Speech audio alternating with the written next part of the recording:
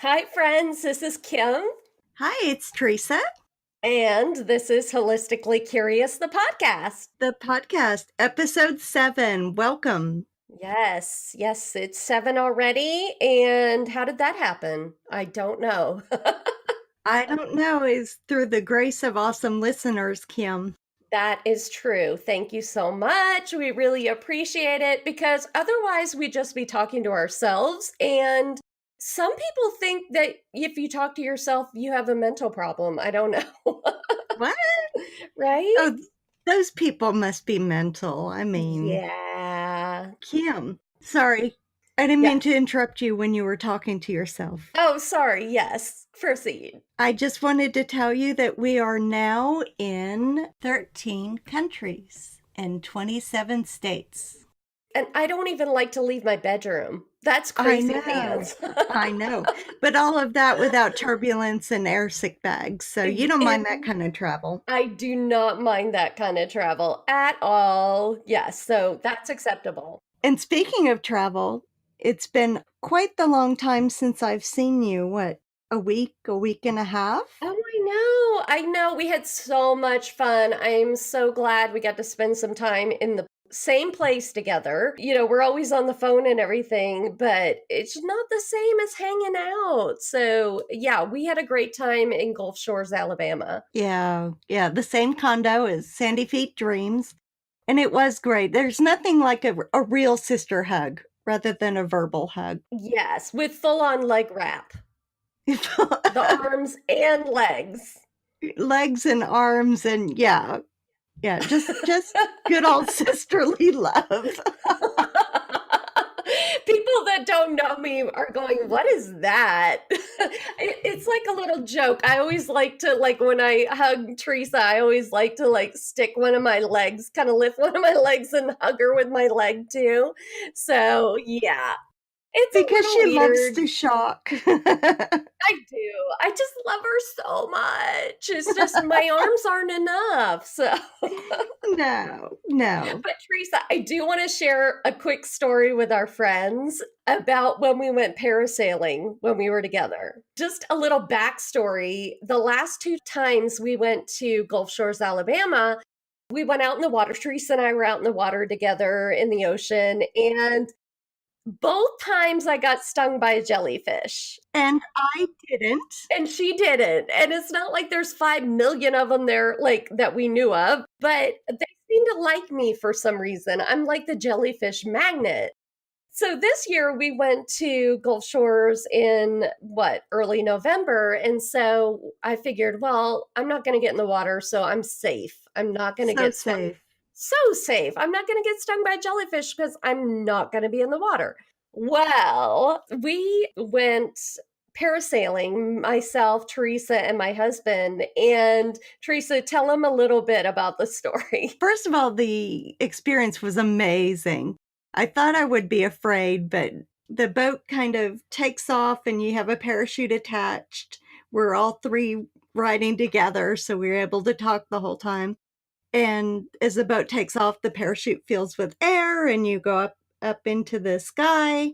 It was just beautiful. Like the view was amazing. Yeah, it was pretty awesome. It was so awesome. And it was great. Your husband, just as a little side shoot, he's been parasailing before, but he did it in survival school. So apparently that was a whole nother thing where they cut you loose after they get you up Yeah. there and you're Oh, yeah. parachuted down, whether there's sharks in the water or not. And he told Right. us about that story.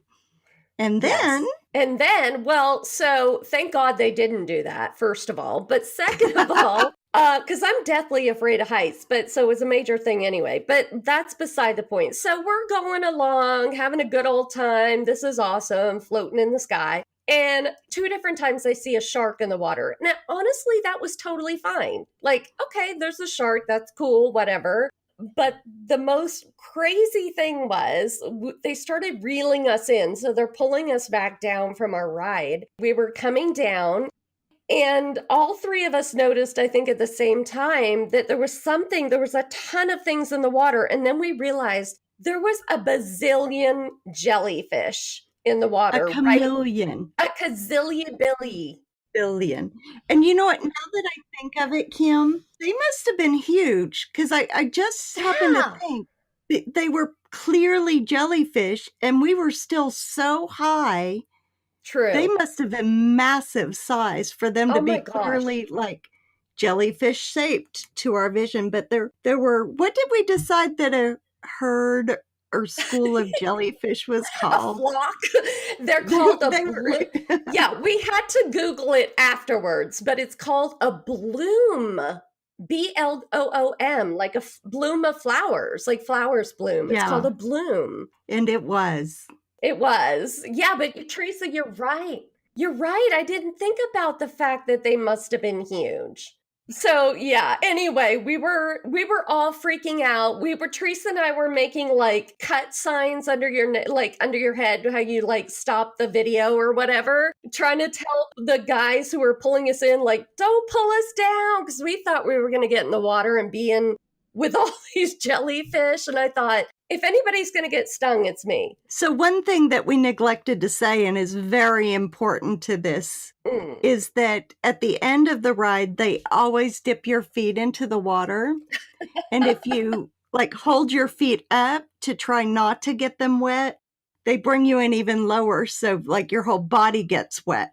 So, we knew when they were towing us in that we were going down with our feet into the jellyfish bloom. That is true. That is true. So, yeah, well, needless to say, they pulled us in anyway and seemed oblivious to the whole jellyfish dilemma going on.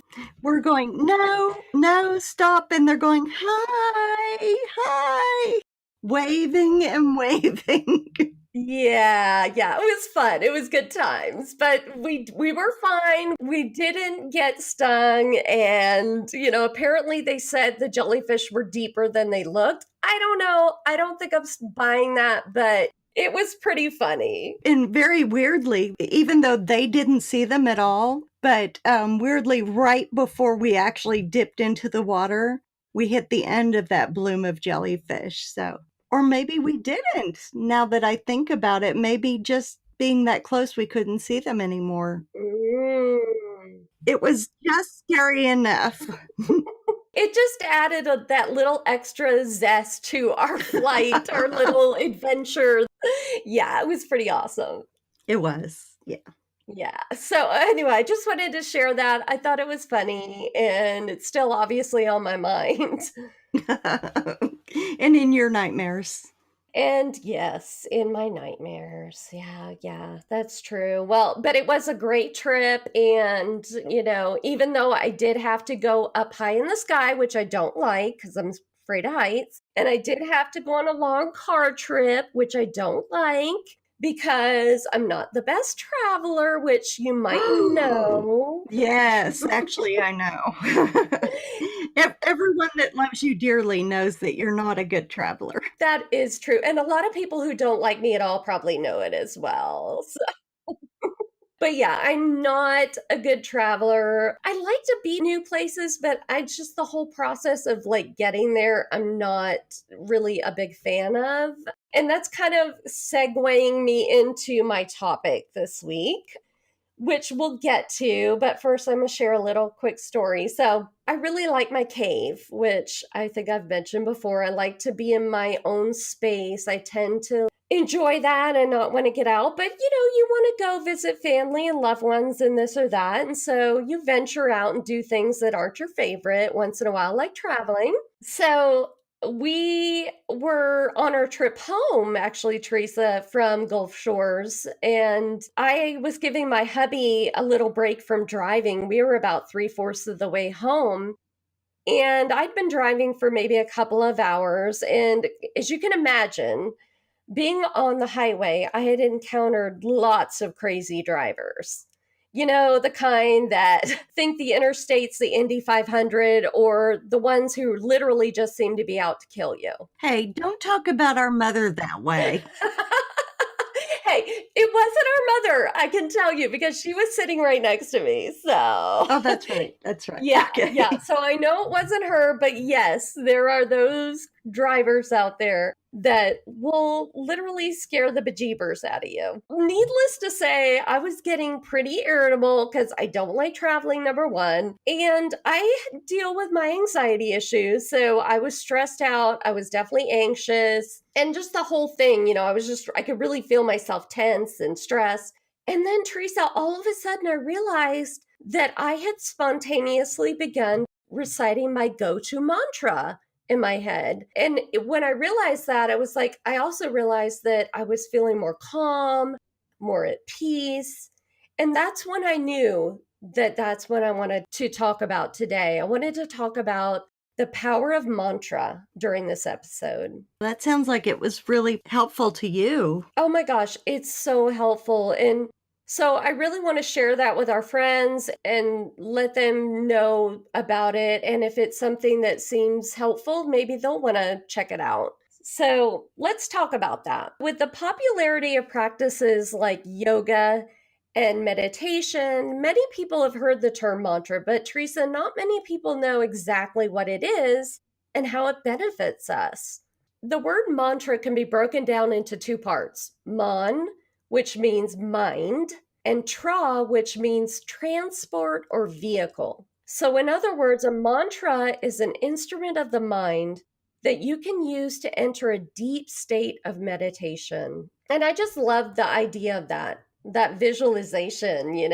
I do too. And Teresa, mantra is a series of phrases or words that they can either be chanted out loud or repeated non-verbally during meditation.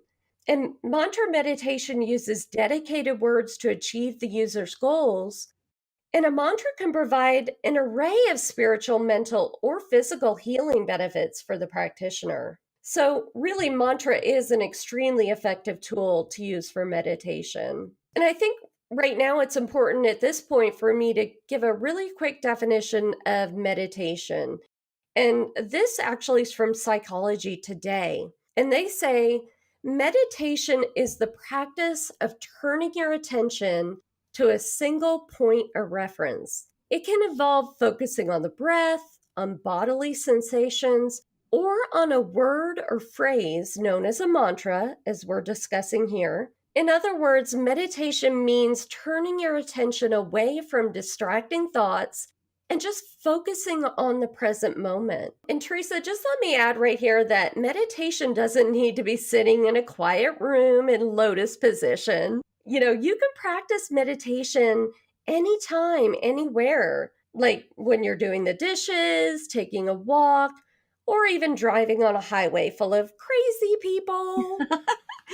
That's something that I've learned through our podcast, Kim, is that meditation can be done, like you said, washing dishes or driving the mad highways. And I like that. I also like the idea of a mantra for meditation because it's very difficult for me to have a completely quiet mind. So it really helps me to have something there that I can sort of focus on. Exactly. Yes, it's such a I always like to talk about our mental tool belts, our yogi tool belts.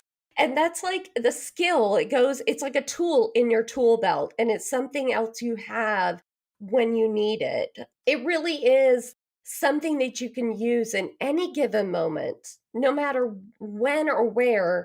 And for someone like me who's challenged by anxiety, this practice has been a literal lifesaver. I want to touch upon something that Dr. David Frawley mentions in one of his books, and he's the director of the American Institute of Vedic Studies. He says that when carefully chosen and used silently, mantras are said to have the ability to help alter your subconscious impulses, your habits, and even your afflictions. And he says also when mantras are spoken or chanted, they direct the healing power or life force energy in your body. And in traditional Vedic practices can be used to energize and access spiritual states of consciousness. Mantra is a spiritual practice they say should be done on a regular basis for several months so that its desired effects will take place. So, really, mantra can be utilized in different ways and for different reasons. You can have different kinds of mantra practice. You can have your spoken mantra, You can have your nonverbal mantra. And mantras are very powerful and effective because they really do, like you mentioned, they give your wandering mind a focal point. Our minds are busy, and the mind actually and the body loves pattern and it loves repetition. So mantras produce a beat and a flow that's easy for the mind and the body's energy to really grasp a hold of. So when the mind wants to wander out of the meditative state, the mantra really helps bring it back. And the rhythm at that mantra, it really does provide an easy channel for energy flow to move in and out of your mind and body. And Teresa, as one of my most beloved teachers, Ram Dass, says, mantras can be used as a way of stilling thought as well as focusing it. If you imagine the mind as being like an ocean with waves of thought surging along, waves literally going in all directions because of the cross currents of the tides and the winds, that a mantra sets up a single wave pattern that gradually overrides all the other ones until the mantra is the only thought form left. Then there's just one continuous wave going through your mind, just going and going and going. That's a great visualization. Yeah, I agree. I mean, he's so beautiful at really having those analogies that you can really understand these thoughts and concepts. But I love the thought of just seeing that wave, that beautiful wave of positivity going through your mind, stilling the mind. So, Teresa, mantra literally drowns out the negative voices in our heads. When the negative thoughts are suppressed, the mind has room for positive thoughts. This is exactly why I began the practice of mantra meditation many years ago. I had been experiencing frequent anxiety attacks, which were really exacerbated by some repetitious thoughts about a particular bad thing happening to one of my children. And it was a horrible thing to go through. And I just couldn't stop these bad thoughts. And I just couldn't take those thoughts anymore. And so I was searching for something, other, all different things to help me. And I discovered that mantra really helped me. It was so effective. And by repeating my mantra, which is, I take refuge in God, I was able to replace that negative thought that I kept going over and over in my mind with a positive one. And it just changed my life. And Teresa, people have been using mantra for thousands of years. The earliest mantras were composed in Vedic Sanskrit in India and are at least 3,000 years old. And many believe that they're actually much, much older. And from that time on to today, many mantras have continued to be utilized by most major religions on earth. Actually, Zoroastrianism, Taoism, Hinduism, Buddhism, Jainism, Sikhism, all the isms, uh, All the and isms and the anities as well. the isms and Christianity, indeed, all have similar concepts actually to mantras, such as hymns, chants, and compositions. All these things, even the rosary is like a mantra. So they all utilize this concept. And because many mantras originated in these ancient times and were written in Sanskrit, often individuals utilizing these mantras don't even know what they mean. But surprisingly, that's okay. And they can still receive great benefit from the practice. And I'll explain why. When people think of a mantra meditation, a lot of people, the first thing that comes to their mind is Om. Om is said to be the sound of the universe and to contain all other sounds. And it's the first original vibration representing birth, death, and rebirth. Some people actually call it the sound of God. Mm, Yeah, I love that. yeah, and I love me some vibration. You do love you some vibration. That's science, girl. That's some science. But the awesome thing, Teresa, is even if the person who's using the Om mantra has no idea what it means, they still receive amazing benefits from reciting it. And what's important during the chanting of Om, like you just mentioned, is the vibration it creates in the body. These vibrations create actually neuro-linguistic effects. And that sounds like science. That does sound like science, the good kind. The good kind. And this neuro-linguistic effect actually induces a sense of calm within your body and mind. That happens when you don't even know what the meaning of the mantra is that you're reciting. When you actually know what the meaning of the mantra is, psycholinguistic effects are added to that neurolinguistic effects. The psycholinguistic effects are highly effective in goal oriented meditation. So, for example, someone who's trying to overcome an addiction, start a new habit, or like me, coping with some serious anxiety issues. The psycholinguistic effect allows the mantra to actually imprint itself on your subconscious mind. And when the person comes out of the meditative state, the mantra is actually still working in their mind. And I like something that continues working even when I'm not having to. Okay, that's all well and good.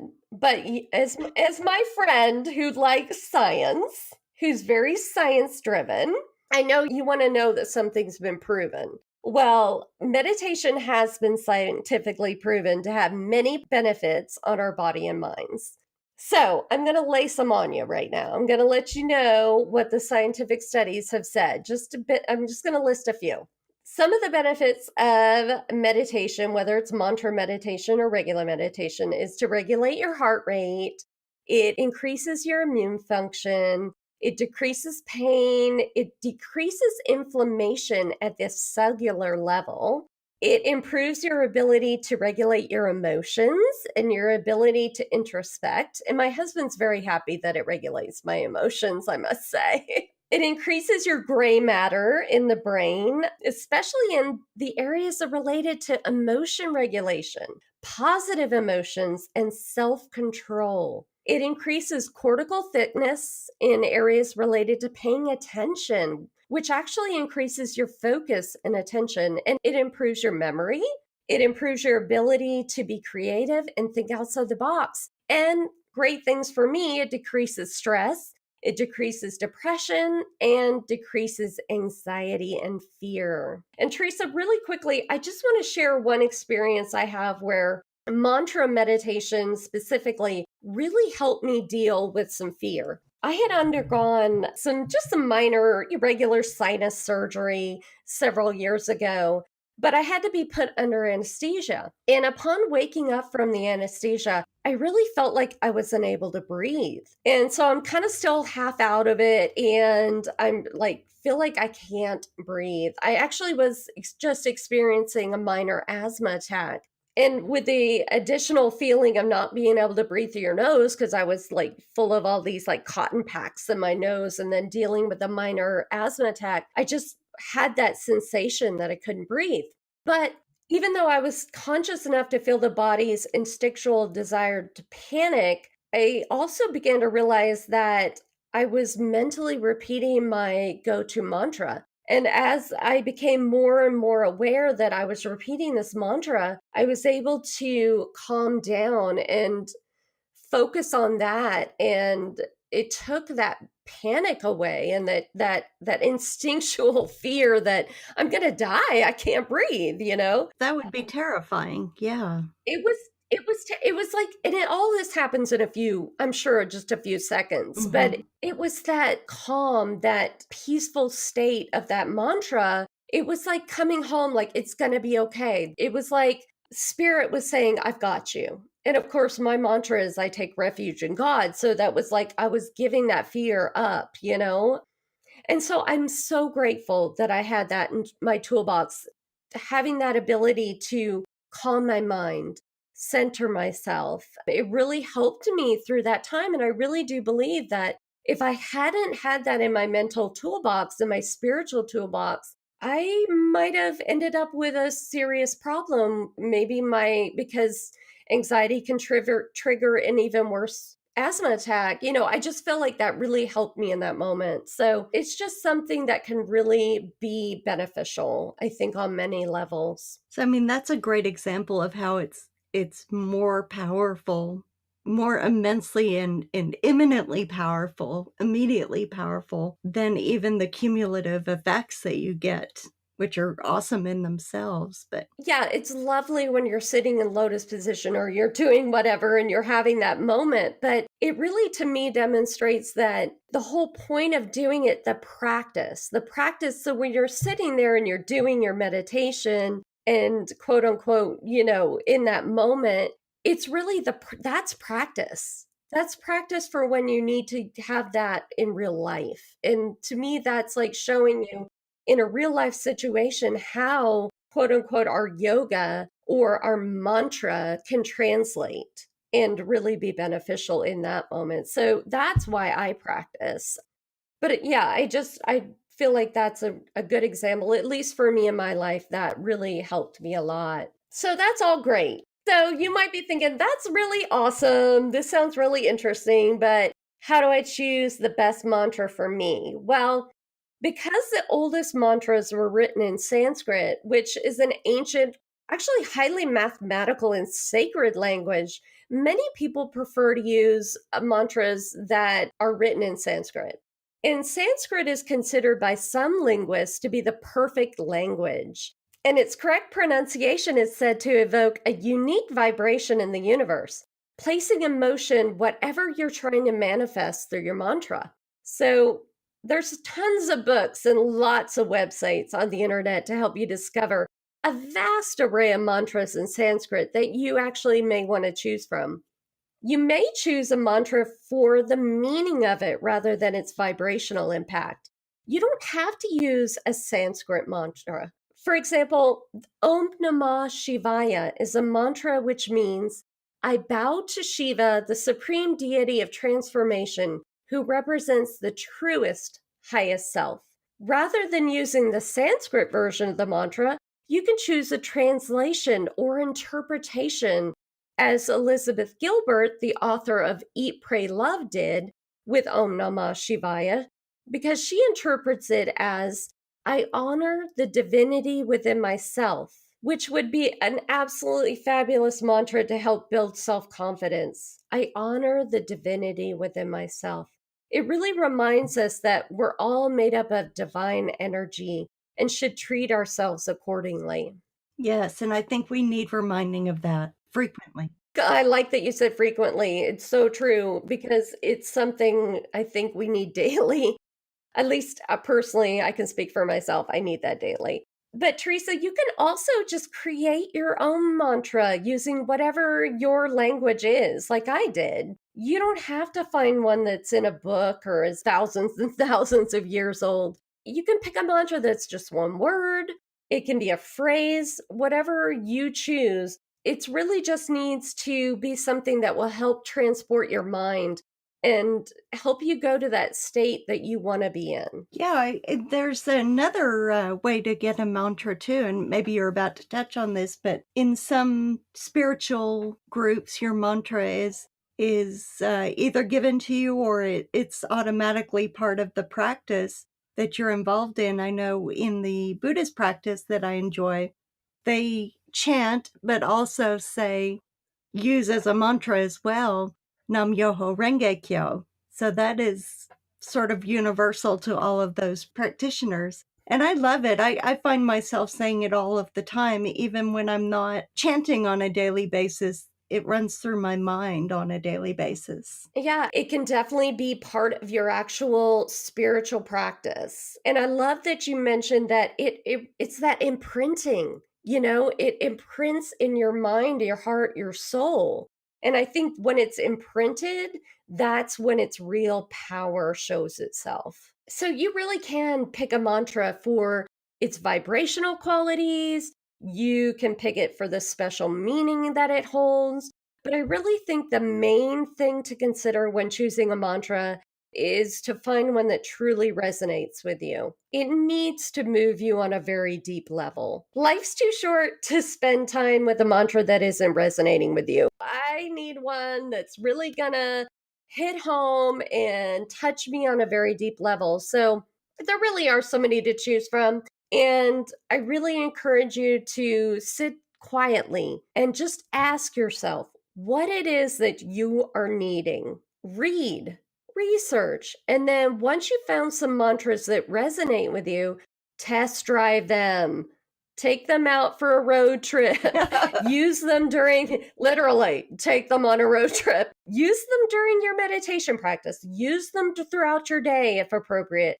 And that will really tell you which ones speak to you on a deep level. And then use them, you know? At the end of the day, a mantra is really meant to bring you back to simplicity. You know, we live in such a complex world that it's easy to get lost in all of our mental noise.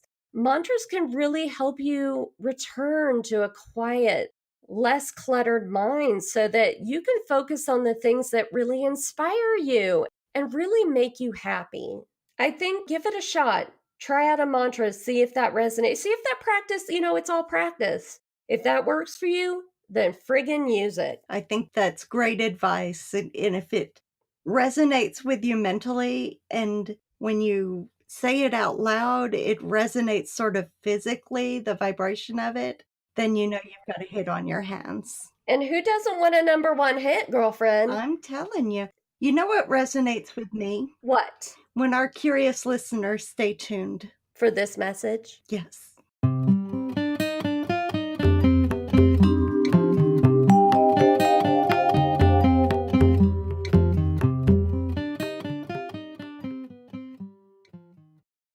Hey, Kim. I was browsing for holistic goods and services online the other day, and I came across an awesome site. You may have heard of it, the Om Nation.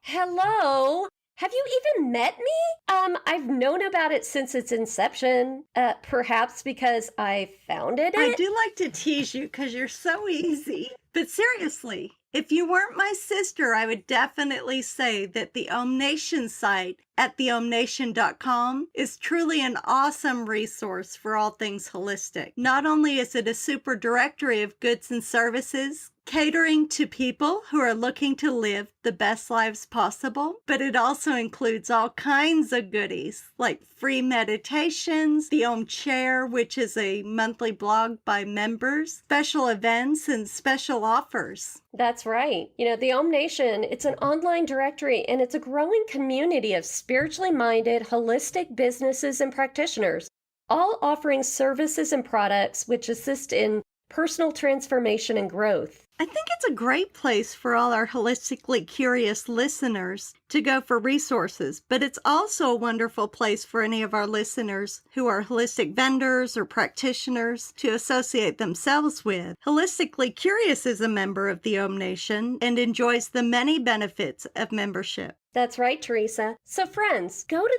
theomnation.com and check out all the benefits of membership. And when you're ready, we invite you to go ahead and fill out that online application. Whether you're looking for goods and services or you're a holistic business looking for a platform to reach holistically curious consumers, the Om Nation is where you want to be.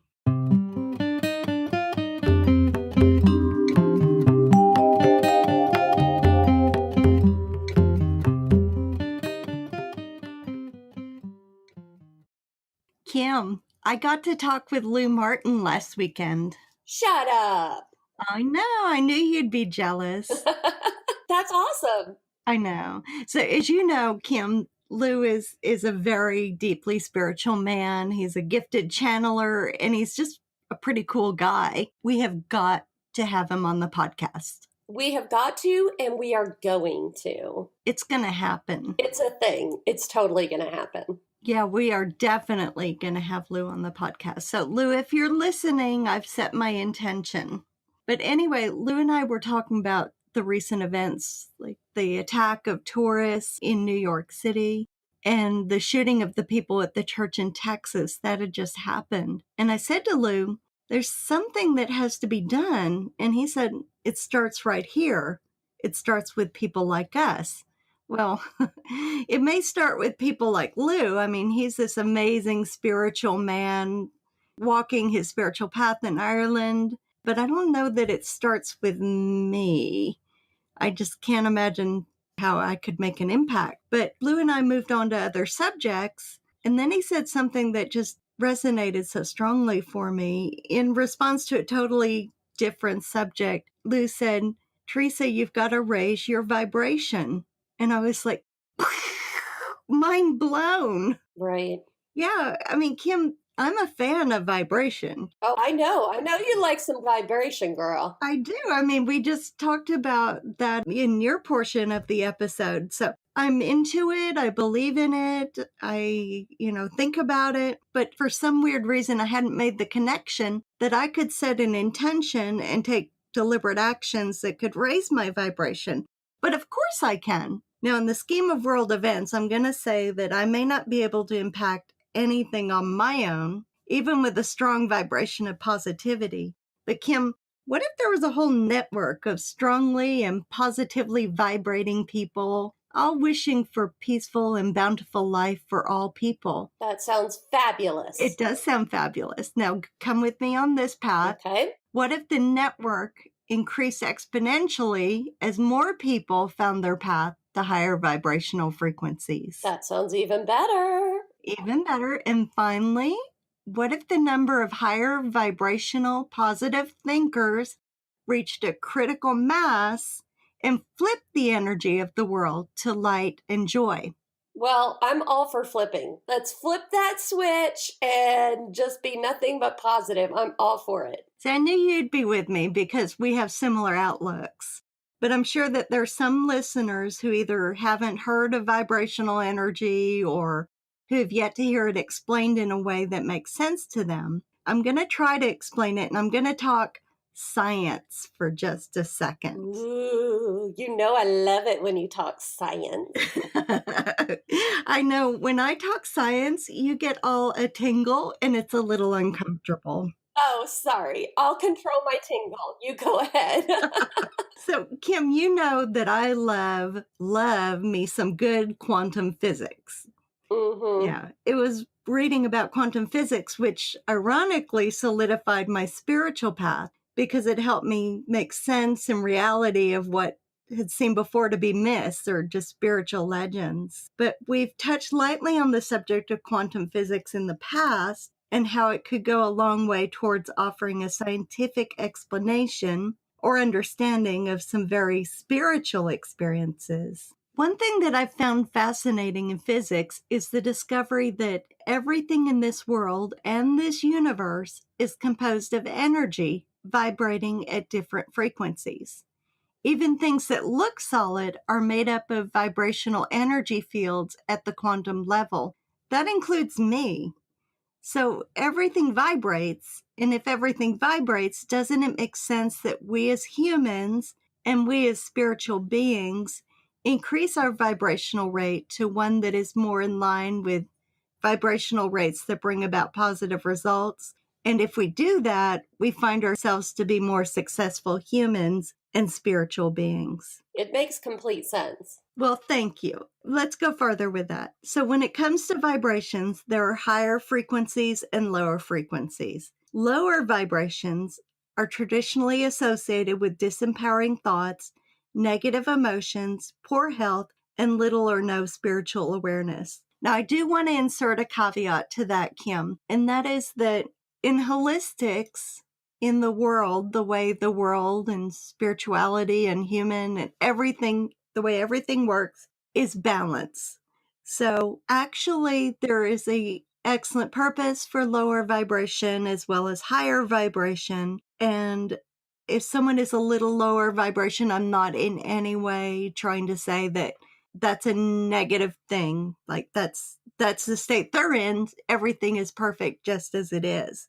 But a human being of extremely low vibration would be someone like Hitler. Ew. That's like bottom of the barrel. Yeah, that's totally that's scraping the bottomest of that barrel. But higher vibrations of being, on the other hand, are associated with empowering thoughts, positive emotions, good health, and strong spiritual awareness. A human being of extremely high vibration would be someone like His Holiness, the Dalai Lama. Ah, I Yes. know. You just can't even hear or say His Holiness the Dalai Lama without sighing. I love him. I love him, and one of the things I think we both love about him is the pure, joyous energy Yes. which he gives out, and that's his vibration. Mhm. So, if like attracts like, the lower your vibration of being is, the more likely you are to attract circumstances to you that mirror that. So frustrating situations, difficult people, that sort of thing. So, what you want to do is raise your vibration. Now, stick with me on this. Okay. Okay. If you have one object vibrating at a particular frequency and you introduce another of the same frequency, the vibrations actually become stronger and the waves of vibration reach out farther. That's science. That is a true thing. Have two objects, they're both vibrating at the same frequency, put them together in a way that they affect each other, and their vibration, the waves reach out farther. So this is the law of vibration. It's real. Your energy frequency and vibration directly relate to both your thoughts and your surroundings. So here's what you want to do. Raise our vibrations. Mhm. So we do that. Not only do we start to attract more positive personal experiences, but we'll be able to bond together with similar energy and attract more positive experiences for the whole world and reach farther. Okay, so we have a game plan. Okay. Raise our vibrations, save the world. Check. How do we do this? I want it now. I'm on board. I want to do it. Let's do it. First of all, go easy on yourself. Oh, you know I'm not good at that. I know, but it's very important because our vibrations are changing all the time. And as we discussed before, there's nothing innately wrong with having a low vibration because low vibrations also serve a function in this world. In a holistic world, all things should be in balance, including low and high frequency vibration. A low vibration can also be a useful tool in determining whether something is good for you or not. You know that uneasy feeling you have when you experience something that's potentially harmful or negative? That's caused by the low vibration of that situation interacting with the cells of your body. Wow, that's really cool. Once you've greeted your current state of vibration with love and acceptance, you can try some of the following to raise it. And I've arranged them by mind, environment, body, and soul. So for your mind, just become conscious of your thoughts. Everything you think, say, or feel becomes your reality. So if a negative thought forms, acknowledge it, but then turn it around into something positive. If you're thinking, I'm going to fail this test, you can turn it to, I'll study and prepare for this test, and I'll be pleased with the results of my labor. Be cautious with media. With everything that you watch, listen to, read, think about the level of vibration that it brings with it. With music, consider the way it makes you feel. If you feel energetic and upbeat when listening, it's likely to be a higher vibration than music that makes you feel uneasy or saddened. You can read high vibration books like The Power of Now, Conversation with God, and there's just so many others, as well as watching high vibration documentaries or movies. It provides you with even more tools to live a high frequency life. So it's kind of a double whammy. It's high frequency in itself, and it gives you the tools. Hey, you know I love a double whammy. If I can get twice the effect for one thing, I'm on it. 2 for 1. We're having a sale on high vibration. I love it. I need a coupon for that. No, I'm not even going to be greedy. I'm totally just going to go with the 2 for 1. The last thing for in your mind is to heal and let go of the past. So most people go their whole lives without ever clearing out the cobwebs, and as a consequence, prevent themselves from living a happy and fulfilled life. If you feel you might have unresolved emotional patterns or negative belief systems from your past, find a good practitioner who can help you work through them. One of the most amazing experiences I've had was when I attended a course on iRest, which is a form of yoga nidra. It was developed to help veterans with PTSD. It really helps you to examine traumas which you've held on to and just let them go. Now, I am so blessed and I'm so appreciative I have not had a trauma-filled life, but everybody has minor traumas that they hold on to. Mm-hmm. And it's just so beneficial. It's like, Kim, when we talked about cleaning out your environment in a previous episode. Clean out your mental space as well, and you have room for positive things to come in. Wow, that's a really great visualization because it's really true. When your mind is full of all that negative thinking, I mean, how can you possibly fit in the positive? So you've got to clean that out. You do. So the next category is environment. So get outside. Your body needs natural light, sunshine, natural air. Nature actually provides harmonic frequencies that are compatible with personal frequencies. The natural sounds of birds singing and wind moving through the trees, they help reduce stress, which in turn elevates your vibrational frequency. I totally believe that. And it's funny because the other day I was thinking about when I was a kid, I used to lay in the grass, for hours and just stare at the clouds going by. And, you miss that. And there was a reason for that. And it served a high purpose. And, it's unfortunate that we let those things go. So we definitely need to embrace that childlike mentality and do those things. You're so right, Kim. That's a great point, and I hadn't thought about that. But yes, as a child, you love nature, and as an adult, you're hardly ever out. So Yeah, that's true. another thing is we talked about with the mind, letting go of the past, but declutter your physical surroundings too. And you don't want to surround yourself with disorganized, messy, clutter-filled workspace or living space. That's a symptom and a source of stress. So clear up the mess and you ramp up your vibration. Clear and ramp. Clear and ramp. Do Do it.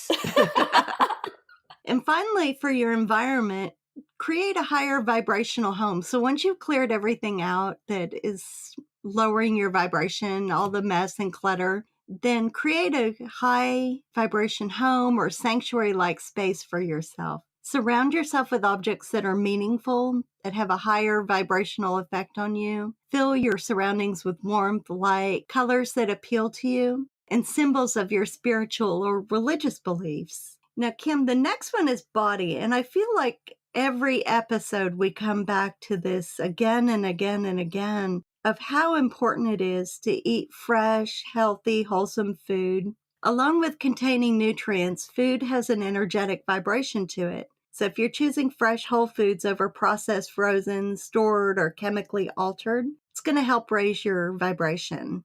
Now, this is a very important point to me because I've struggled for a couple years with wanting to be vegan and just not being. Mm-hmm. I do feel like your food stores vibration, and the meat that you eat, if it's come from a place that is not where they're not raised and slaughtered humanely, that's got to have, to me, a vibration of negativity. Their poor quality of life, and then the fear and trauma that they experience at the end. I don't like the thought of taking that in. Yeah.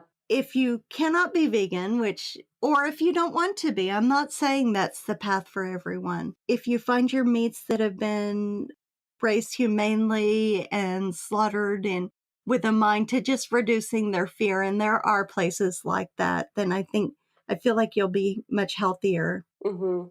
And remember that you are what you eat. So if you want to raise your vibration, eat foods with high frequencies, such as fruits and vegetables, and start paying attention to how certain foods make your body feel. Yeah, and I really do believe that because you feel differently when you've eaten a meal that's made up of those fresh veggies, fresh fruits, all of those things. You feel differently. And another thing I just wanted to add, and you might have been about to touch upon it, Teresa, but I really believe that the energy of the person who's preparing your food really affects the energy when you consume the food and how it affects your body. So if the person who's preparing your food is happy and joyous and more of a pleased to be doing it, then it's going to be infused with that energy as you intake it into your body. But if the person is unhappy, whatever, then that energy is going to be negatively impacted and you're going to consume that. So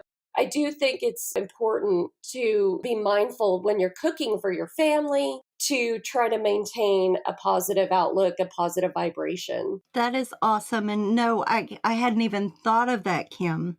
That's really good. Obviously, that makes perfect sense. And the other thing that goes along with that is your intention and your focus when you're eating. So when you're actually consuming the food, you want to do that with a positive vibration and just knowing that you're taking in good food and being appreciative of that. It adds extra energy to what you're consuming. Yeah, I definitely think gratitude is a huge, powerful, high vibration thought process. So another thing, Kim, is always drink plenty of water to assist your body in flushing out toxicity. But we also talked about in the prior episode the power of water to take on positive or negative energies. So drink with intention. As you drink in clear water, know that it's bringing life and positive vibration to your body and to your spirit. As you think it, so it is. And Kim, get your booty moving. Shake your money Ooh, maker. you know you don't have to ask me twice to shake my moneymaker. You gotta get your blood pumping. Are you shaking it even as we speak? Yes. That's so unsettling. But Kim, you know the great feeling when you find an exercise you enjoy, and whether it's just dancing around the house or taking Zumba or walking in the neighborhood, it's an awesome way to raise your vibration. If you take something such as yoga or a similar practice, that'll also shift your mental vibration at the same time that it shifts your physical vibration. So it's just all around good for you. And the last thing on physically is Hmm. take a shower or bath. Oh, like every day? Yeah, and I'm talking to you. Take a shower or a For the love of God, take a shower. bath. Would you please just take a shower, woman? Uh, Your husband asked me to convey that. No, take a shower or bath, and as you do, take that opportunity to practice positive visualization. You're in there anyway. What Mm, else are you going to do, for gosh I don't sake? know. Wash your hair? What? I don't Yeah. But know. as you do that, so you imagine Yes. the warm water gliding any negative energy away from your body and down the drain. It's forever gone from your life. Imagine the pure energy of the water sinking into your skin through osmosis and bringing with it crystalline vibrations of clarity. I love that visualization. I want some crystalline vibrations of clarity. I know that just sounds beautiful, and it's true. And Kim, you'll have it if that is your intention and the way that you approach that. Hmm. And what a great, I mean, you're going to be in there taking your shower anyway. So you might as well utilize that time for something so beautifully uplifting. Exactly right. So, the last and perhaps most important category is increasing your vibration by taking care of yourself spiritually. So, get some form of energy healing or rebalancing every couple of months. Reiki and Shiatsu are both great modalities for healing, balancing, and promoting vibrational change in your life. Or you can locate a healer who can put you in touch with your spirit guides and or give you the benefit of their own, like Lou Martin, who we spoke about. You can speak to a holistic counselor. And you can find a good practitioner and commit to going every couple of months. You're going to feel better and be glad you did. And Kim, Yes, ma'am. we'll put a link to the Om Nation in our show notes. There's so many great practitioners of so many different modalities there that everyone's sure to find a perfect fit for their needs.